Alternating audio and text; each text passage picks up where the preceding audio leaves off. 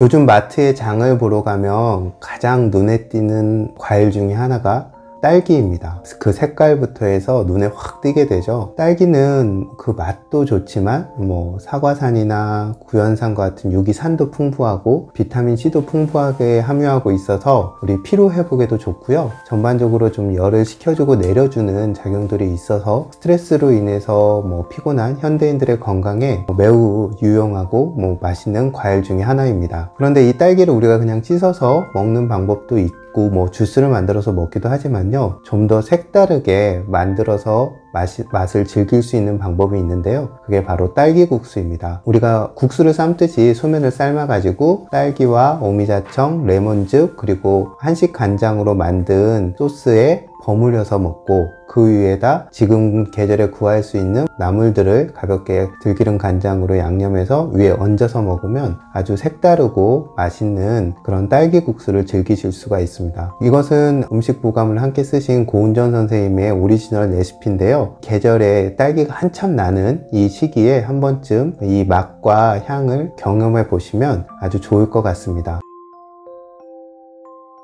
그런데 저는 이제 한겨울에 딸기를 먹고 딸기국수를 해 먹으면서 한편으로는 걱정이 들기도 합니다. 제가 어렸을 때는 딸기라는 것이 늦은 봄, 제 기억으로는 한 5월경 이때쯤 먹었던 기억이 있거든요. 그런데 지금은 딸기의 제철이라는 게 오히려 이런 겨울철이 되어버린 것 같아요. 그래서 우리가 점점 뭔가 자연의 리듬에서부터 멀어지고 제철을 모르게 되는 철부지가 되는 건 아닌가, 그런 생각들도 하게 됩니다. 그리고 이 한겨울에 우리를 찾아오는 딸기처럼 우리가 걱정이 되는, 아이도 걱정하고 부모도 걱정하는 증상들이 있는데요, 그것이 바로 성조숙증입니다. 성조숙증은 말 그대로 아이가 너무 빨리 사춘기에 접어들고 2차 성징이 발현되는 증상인데요, 요즘 보면 초등학교 여학생들 같은 경우는 한 초등학교 4학년, 남학생들 같은 경우는 초등학교 6학년 즈음에 급성장기와 함께 사춘기가 찾아온다고 합니다. 그런데 이것보다 한 2년 정도 빠르게 사춘기가 찾아오는 경우를 성조숙증이라고 부릅니다. 그런데 이 성조숙증이 요즘 문제가 되는, 관심을 갖게 되는 것은 그 자체의 문제도 있지만 바로 키 성장의 문제 때문입니다. 왜냐하면 이제 성호르몬이 분비가 되게 되고 사춘기가 찾아오면 성장판이 닫히면서 성장의 가능성이 줄어들기 때문이죠. 그래서 아이도 또 부모도 키가 크지 않을까 해서 많이 걱정을 하게 됩니다. 그래서 요즘은 아이들의 키 성장에 관한 일종의 성장 클리닉이 또 하나의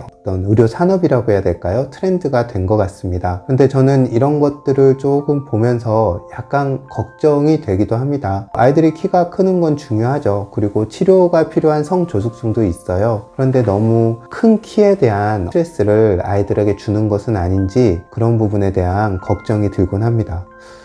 처럼 특히 여자아이들의 초경 연령이 빨라진 것은 산업화에 따른 환경과 우리 식생활의 변화가 영향을 준다는 학자들의 연구가 많습니다. 특히 이제 화학물질 같은 경우 우리가 2차 대전 이후 급격한 산업화를 거치면서 새로 생성된 화학물질이 2만 종이 넘는다고 하거든요. 그러니까 인공적으로 합성된 새로운 화학물질이 2만여 종이 만들어진 거죠. 아마 지금도 만들어지고 있을 거고요. 근데 이 화학물질이 문제가 되는 건 뭐냐면, 우리는 아직 이런 화학물질들을 충분히 처리할 만큼 우리 몸의 상태가 진화하지 않았다는 겁니다. 그래서 이런 화학물질이 우리 몸속에 들어오면 마치 호르몬처럼 작용하기도 하고 염증을 일으키는 물질로도 작용하게 되는데요, 아이들 같은 경우는 장기의 기능도 미숙하고 또 체중도 적기 때문에 이런 화학물질들에 더 쉽게 영향을 받게 됩니다. 이런 화학물질들 중에 우리 몸에 들어와서 여성 호르몬처럼 작용하는 환경 호르몬이 우리 아이들의 성조숙증을 유발하는 큰 원인으로 주목받고 있습니다. 따라서 아이들의 성조숙증이 걱정이 된다면 어떤 인공 화학물질에서, 일상생활에서 우리가 모든 용품들에서 인공 화학물질에 노출이 되거든요. 아이들 같은 경우는 이런 화학물질의 노출을 줄여주고, 또 우리가 식품을 가공할 때 가공 첨가물이 들어가게 되는데요, 이런 인공적인 화학 첨가물이 들어간 가공식품들을 줄여주는 것이 좋습니다. 또 먹거리와 관련해서 아이들의 성조숙증이 빨라지는 것도 있는데요, 특히 이제 우리 몸에 필요한 영양은 결핍되고 열량은 많은 그런 음식들, 특히 설탕이라던가 농축된 과당이 들어간 들어간 가공식품들이 아이들에게 문제가 됩니다. 그런 경우는 이제 소화 비만의 문제도 일으키지만요, 아이들의 몸이 빨리 2차 성징을 발현하게 되는 그런 몸을 만드는 데도 영향을 주므로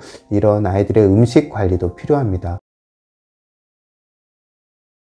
또 몸에 들어오는 음식과 함께 아이들의 마음에 들어오는 정보도 중요합니다. 요즘 보면 아이들에게 너무 빨리 어른이 되기를, 빨리 자라기를 바라는 그런 어떤 시대적인 분위기가 있는 것 같아요. 이런 것을 가장 많이 발현하고 있는 게 저는 선행학습이라는 말이라고 생각합니다. 선행학습이 뭔가요? 아이가 몇 년 후에 배워야 될 것을 미리 배우는 거잖아요. 그럼 아이의 뇌는 어떻게 생각할까요? 이런 정보들에 계속 익숙해지면서 나는 이미 더 많이 나이를 먹은 사람이 되었구나 라는 그런 인식을 갖게 되겠죠. 이런 선행학습뿐만 아니라 아이들이 빨리 어른처럼 자라게 되기를 바라는, 또 어른과 같은 것을 경험하게 되는 이런 정보들이 아이들의 마음에서부터 또 뇌에서 빨리 어른이 되었다는 신호를 만들어낸다고 생각합니다. 제가 얼마 전에 이제 아이에게 딸기 국수를 해줬어요. 딸기 국수를 먹으면서 그걸 먹는 아이를 보면서 아이가 저만큼 자랐구나 라는 대견함도 들었지만은 아이가 너무 빨리 어른이 되는 건 아닌가 라는 그런 걱정도 들었습니다. 우리가 철이 아닌 봄에 즐겼던 딸기를 이 이른 이 한겨울에 즐기는 것을 또한 마찬가지라고 생각이 들어요. 딸기국수의 맛은 참 좋고 맛있고 좋지만 이렇게 우리가 제철을 잃어가는 것이 아닌가 라는 걱정도 함께 했습니다. 그래서 만약에 아이들의 성조숙증이 걱정이 된다면 정말 제철 음식, 신선한 건강한 제철 음식 중심의 집밥을 해주는 것, 그리고 아이들이 좀 더 몸을 움직여서 운동도 하고 놀 수 있는 시간을 만들어주는 것, 그리고 무엇보다 키가 작다는 것은 남과 다른 거지 그것이 너의 단점이 아니라고 말해줄 수 있는 어른들의 이런 태도가 필요하다고 생각합니다.